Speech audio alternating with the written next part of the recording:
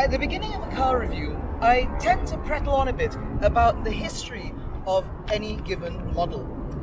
For me, history provides great context as to how a car exists within a market, and that then guides me as well as viewers into understanding the narrative and to understanding what precisely had to be in order for a car to be the way it is.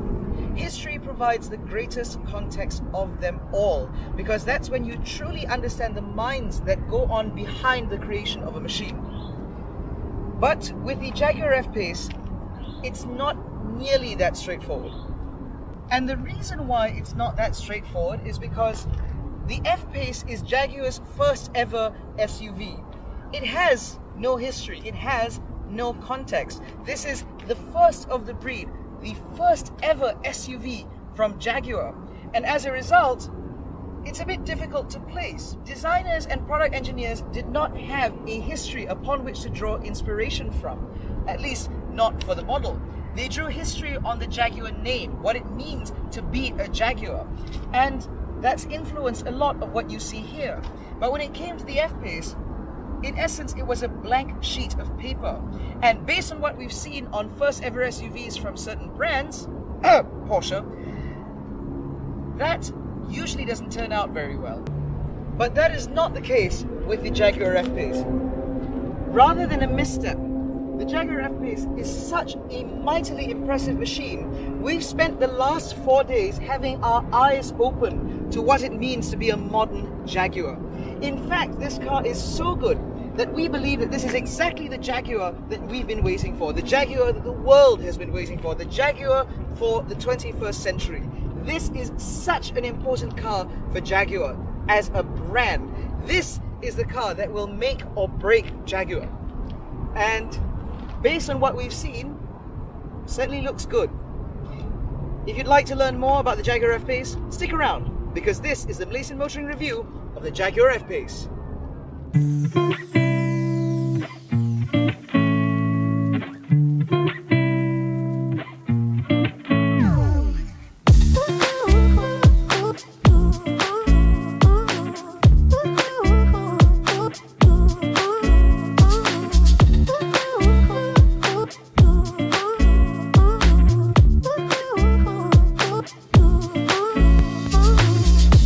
Okay guys, so we're here with the new Jaguar F-Pace. I say new because this model was actually refreshed for the 2020 model year, and it now comes with a few key changes which we're going to talk about in this review. But we're going to do a quick walk around since Jaguar Land Rover has very generously lent us their handover bay, which we have all to ourselves, and it's so beautifully lit. And I mean, look at this car.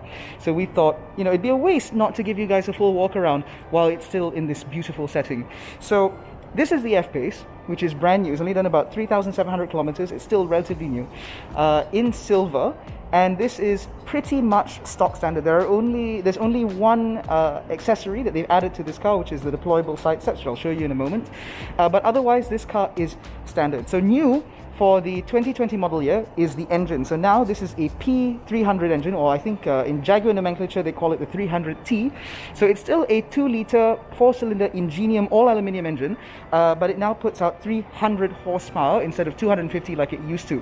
On top of that, for this model year, you now get the upgraded headlights, which are adaptive technology now, and you also get this. So I'm sure you saw this in the opening shot, but there is now a radar system integrated into the grille, and that is to the benefit of things like autonomous emergency braking as well as adaptive cruise control. And of course that is helped by a couple of stereo cameras up there too. You now also get these much larger 22-inch alloy wheels as standard. No cost option. They are available on the top spec Jaguar F-Pace now, again as standard. I apologize for a little bit of dirt there. I'm not sure why that's there, but you know, Jaguar Land Rover has apologized profusely for it. I mean, it happens. It is a car after all. This is the F-Sport model, which means that it gets slightly more aggressive bumpers, a slightly more aggressive overall tone to it, but it doesn't come with the black pack. So this actually is standard, and if it came with the black pack, this would also be, this garnish around here would also be in black as well, but it's not. because again, this car is mostly standard. Now, going around it, you can see, if you go to the back, you can see just how distinctive this car looks. These tail lights, this tail light design, this is called the Jaguar Chicane, which is actually taken off of the Jaguar F-Type. A lot of people believe that this car is actually derived from the F-Pace, from the XF, but actually it has more in common with the F-Type sports car. Now going down here, you can see it's got dual exhaust pipes, which sound pretty amazing if you ask me. And you also have this very distinctive roofline. Now, a lot of people believe that cars or car makers, SUV makers nowadays need to offer both a standard SUV as well as a coupe, but because of this roofline, because of how dynamic it looks, I mean, again, I'm just going to show you from the other side because I think this car looks absolutely stunning. But if you see just how gorgeous this car is, its proportions, its lines are just so deliberate, so sexy. You don't need a coupe variant, you can just have this and it already just looks absolutely incredible. Now, if we step inside, I'm actually going to show you the back first. You can see I've got my bag there and you have the deployable side steps down there. And well, some of you may be surprised by the lack of space back here. The thing is, even though the F-Pace is visually very large, in reality it's actually a competitor to a lot of compact SUVs instead, like the Jaguar X3 and so on. Sorry, like the BMW X3 and so on. And as a result, the space back here is slightly larger than its class competitors, but it's by no means generous in that sense. The thing is, for Asian people like us, this is perfectly fine. If you're my size, you can sit behind yourself without issue. In fact, pretty lanky teenagers can get back here behind their parents and they'll be fine. And ultimately, if you want more space, you can get a Range Rover.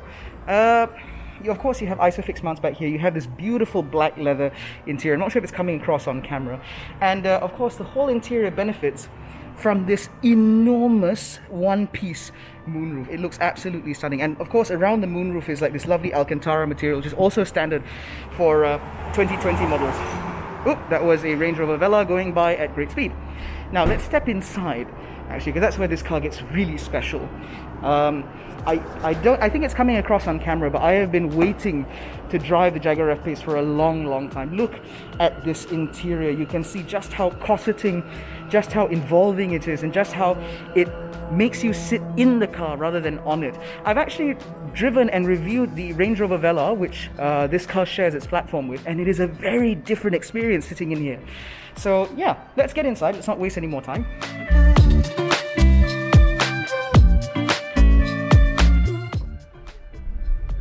There you go.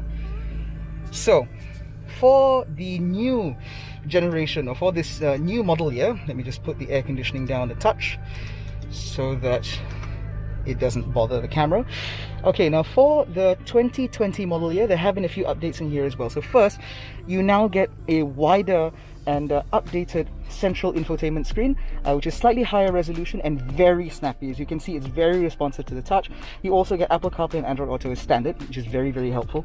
You also get an updated driver's info display. So this is about 10 inches, at least I was told it was 10 inches, but I can report to you now that the resolution for this screen is much better than in previous generation Jaguar Land Rover products, and it certainly looks really sharp. Unfortunately though, the steering wheel it appears to be from a previous generation model. The first generation Range Rover Evoque also had buttons like this. The new generation Velar and so on don't have this anymore. But if I'm honest, the touch buttons are very pretty, yes, but I believe that these are more functional. And given the fact that the Jaguar F-Pace is designed and positioned more as a driver's car, having all of these more tactile buttons is a lot more useful. You can also see here you have the integration of the adaptive cruise control system and so on. It's all sitting right here. Very pretty, very easy to use. You also get paddles on the back of the steering wheel, which is very helpful, especially since in this car we don't get the trigger style gear lever. We still have the rotary knob, which first debuted in the first generation Jaguar XF. It's still here, but we're told that from next year onwards we will have the trigger style gear selector. On top of that, we also still have actual buttons and just buttons, and this one knob for climate control, which is nice. As much as the dual screen system that you get in the Range Rover Velar is pretty, this is simply more functional. I certainly prefer having buttons like this, and especially since I don't seem to really lose anything. The Velar system is flashy, yes, and it certainly impresses people, but to be honest, I can just use these buttons for my terrain select anyway, and I don't really see the point in having this integrated into a screen, so I'm very happy to see that we've still got physical buttons here. What else? Oh, we've also got a, let me just get the camera to cooperate with me, we also have a frameless rear view mirror, which is always nice, and up here you still have the adjustments for the moonroof. We also have a sunglasses holder, which traditionally in Jaguar Land Rover products that I've tried before, this doesn't sit quite nice, but now it's actually sitting very nice. The quality control has definitely improved, and my god, this Alcantara is so soft.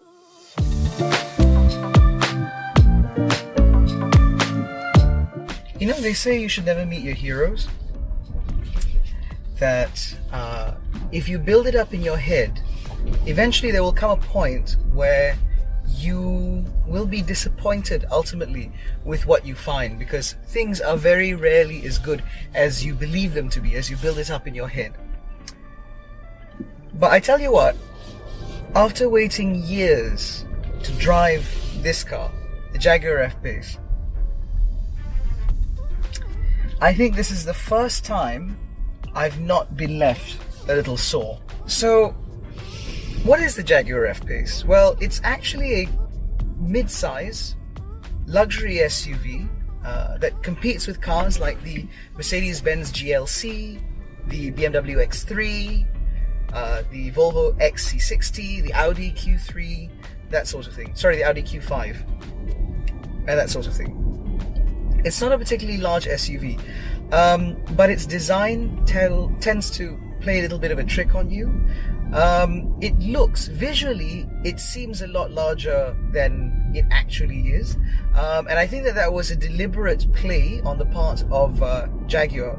I think they wanted to have a car, because this is ultimately Jaguar's first ever SUV. And I think that they wanted to make sure that their first ever SUV had some proper visual impact, and I can certainly tell you that this car has that.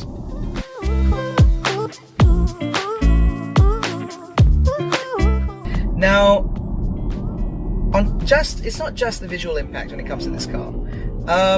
The Jaguar F-Pace is also an incredible stunner of a machine. It looks fabulous, and again, I believe that was entirely deliberate on Jaguar's part, because again, they wanted to have a car that made an impact. They wanted a car that everyone would remember as being a Jaguar. On top of that, they knew that this would eventually become the template for future Jaguar models. So what they did with this car was not only make something that looked incredibly purposeful, yet still imbued with the aggression that we've come to know from Jaguar, but even as it embraced the new, there were still lots of elements here that we've come to recognize as very Jaguar elements. For example, the headlight and tail light design, the light signatures, are very, very similar to what we've seen from the Jaguar F-Type. And even things like the body lines on this car, even though again this is Jaguar's first ever SUV, it doesn't look like they went to town knowing that this is a blank sheet of canvas. It seems like they were very, very careful to make sure that Jaguar's first ever SUV wouldn't offend. And of course, purists will, of course, find this offensive. Jaguar's never made an SUV, and to them, they don't think that Jaguar needs an SUV. But the reality is very different from that. Almost every major car brand out there has an SUV now, and the majority of their sales are driven by these SUVs. So it's very clear that this is a part of the market that must be given attention. And Jaguar not only gave it attention, but they did brilliantly with it, which I'll explain in a moment.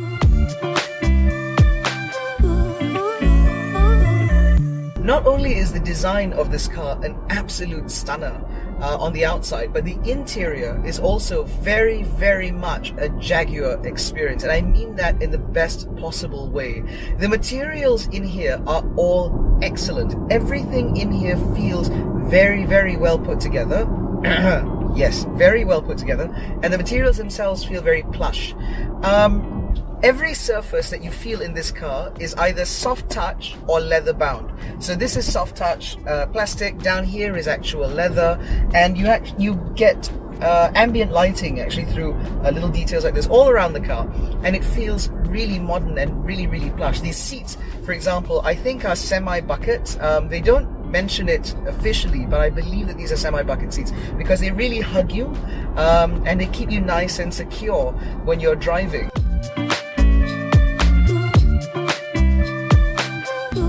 Unfortunately, however, there are some Jaguar-esque idiosyncrasies. So for example, the seats in this car, as nice as they are to look at and sit in, do not offer lumbar support. They offer three-way memory but no lumbar support, which is weird given the fact that cars like these are generally made to cruise very well. On top of that, other things in this car that are a bit strange are the ergonomics. So my armrest is down here, but where my hand sits is actually the memory settings for the seats. The window switches are up here, which admittedly is not particularly natural. I don't know how many times I've pulled in and out of my condominium and looking for the windows, I've accidentally hit a memory setting, which is very annoying.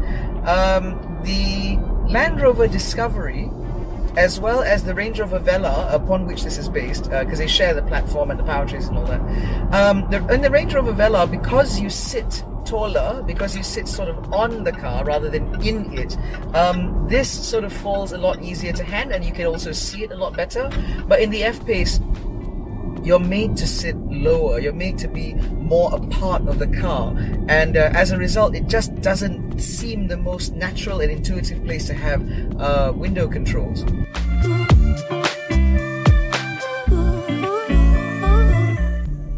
But one of the areas I do need to highlight in this car because of its performance is the active safety systems.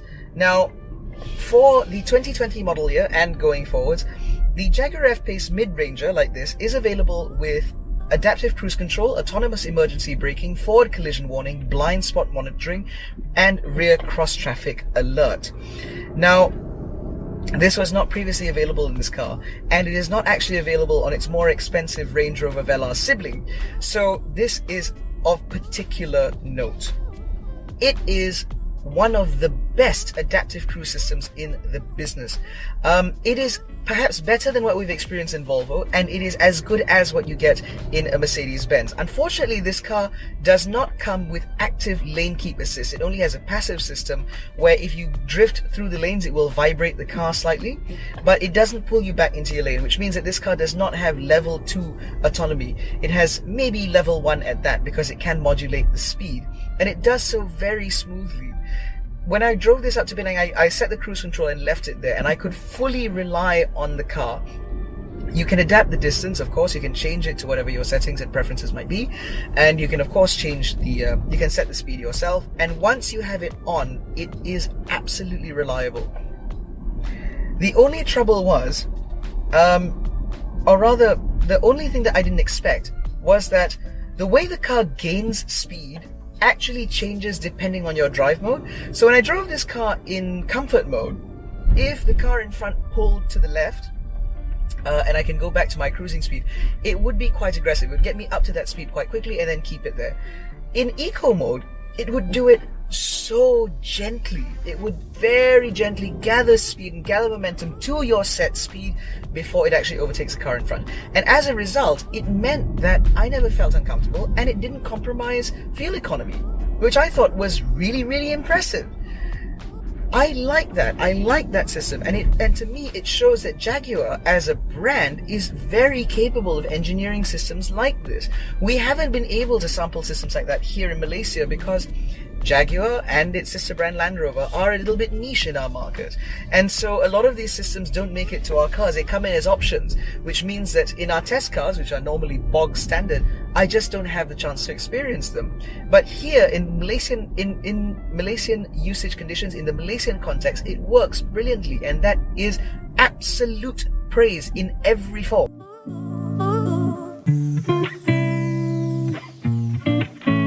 If I'm honest, the praise just, I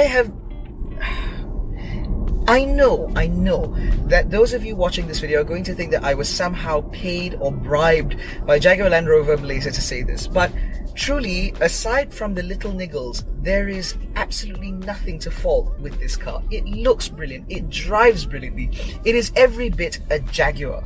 And as the first ever SUV, it is truly not as offensive as people make it out to be. Sir William Lyons, when he founded the company, originally the car company was called SS. And they had to rename it after the Second World War because it kept bringing up memories of the Nazi secret police.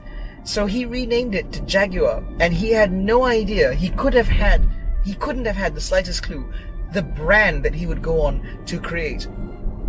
Even though Jaguar has great historical significance, it has always been known as a brand that innovates, especially a brand that innovates to preserve itself.